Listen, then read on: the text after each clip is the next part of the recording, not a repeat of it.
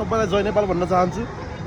हामी पनि एकदमै राजावादी मान्छेहरू, हामी पनि राजा आउनुहोस् देश बचाउनुहोस् भन्न चाहन्छौँ। तर बिच बाटोमा रोकेर यसरी कार्यक्रम चाहिँ नगर्दै हुने। यता बुद्धपथबाट आउने बाटो पनि बन्द छ, माथिबाट आउने बाटो पनि बन्द छ। यहाँ मान्छेहरूको ताती लाग्छ अहिले। हामी यो माथि व्यापारीहरूलाई त गाह्रो भयो त। यो कुरा सुर्खेत जिल्ला प्रशासन कार्यालयले यो कुरा एकदमै बुझिदिनु पऱ्यो।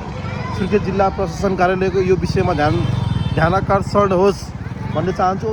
महिनाको एकचोटि यहाँ यसरी कार्यक्रमहरू हुन लागेपछि त हामी त डुबिन्छ चुर्नुमा। यस्तो आर्थिक मन्दी भइरहेको बेला यस्तो कार्यक्रमहरू सधैँ हुन्छ। यहाँ महिनाको एकचोटि हुन्छ, बाटो सबै ब्लक हुन्छ, हाम्रोमा आउने कस्टमरहरू हाम्रोमा आउनै पाउँदैनन्।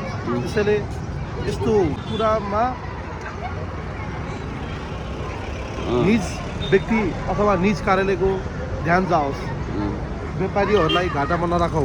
देश यस्तो आर्थिक मन्दीको अवस्थामा गुज्रिरहेको बेला यस्तो कार्यक्रमहरू चाहिँ अलि खुल्ला ठाउँमा खुल्ला मञ्च छ, हामीसँग सिटी हल छ, हामीसँग प्रशस्तै खाली ठाउँहरू छन् सुर्खेतमा। तर यस्तो यो यहाँ आएर गर्नुपर्छ भन्ने बिच बाटो रोकेर गर्नुपर्छ नि छैन। बाबु जय नेपाल। ल ठिक छ।